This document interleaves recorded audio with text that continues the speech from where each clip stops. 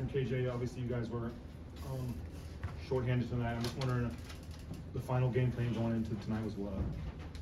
Knowing that you guys weren't going to be with Kevin or Jamari. Just to try to move the ball. I mean, obviously we're missing a lot with Kevin being, one of the best players in the college basketball. But, we all felt pretty confident in one another to step up and make big plays, and I think we did that there today.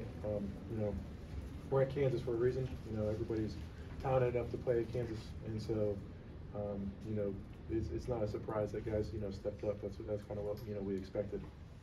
And all of the starters played at least 30 minutes. Are there things you guys can do between now and Monday to maybe give your body a little extra rest? Get in the cold tub. Drink this smoothie right here. Probably just relax. I mean, people say you're young guys, but it's playing that many minutes two nights after a game like tonight. I don't feel young. I don't feel young anymore. I know I'm an old 23 now. KJ, I wanted to ask specifically about that 2-minute stretch after DeJuan went out briefly and you were handling the ball a lot. Just what was that like, and having that extra pressure on you in the big moments? Not really. We practice those scenarios every day in practice, so we're kind of used to it.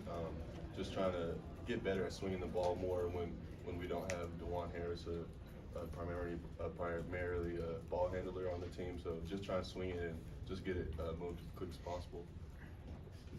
Hey, for both of you guys, is there any different preparation or instruction when you've got a short bench like that? Do you have to think different or prepare different? Not really. I think Coach really just told us let us go. We have a bunch of really good bench players and people that have to step up, but yeah, when Kevin's out, you have to account for a lot of rebounds and a lot of points that we have to account for. So just being more aggressive, everybody that played today was the key to the game today. Hunter, what did you like about him tonight in that starting role? He came out aggressive. I mean, obviously we knew, or we needed him to come out aggressive because we were, obviously missing a lot with Kev, scoring, rebounding, passing, and all that. So he just came out there and, was really aggressive and just tried to make an impact out there. And so I think that was really huge for us. Defensively, he had that really big, he ran through that passing lane, and that was huge for us. Get that dunk. That was a big win of shift for us to really kind of extend the lead. Hunter, when you're coming off a tough loss like Monday night, how important is it to get back on the winning track right away and not let one become two? Extremely important. That's kind of, you hit it right on the head with that one.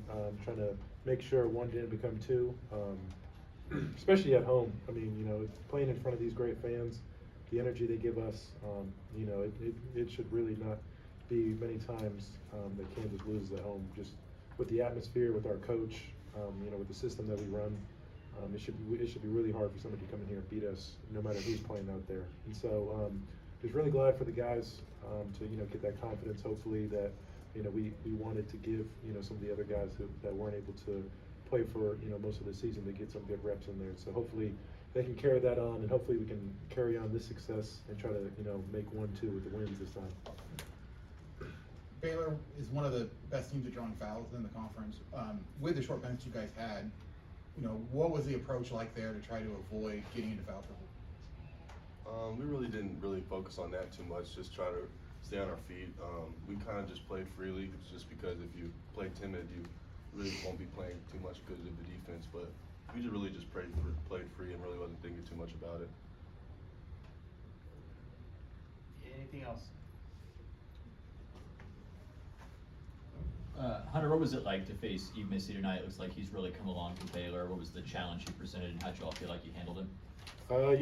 He's a really good athlete, obviously, and just runs really good out of ball screens. So that puts a lot of pressure on a defense when you got really good guards out there that can stretch the floor. And I think that's what makes them so dynamic when you have a really good rim runner, surrounded by 4 really good shooters and 4 playmaking guards, that can really provide some mismatches out there. But I think, my teammates did a really good job of loading up and not letting him, get those rolling lobs that we saw in film.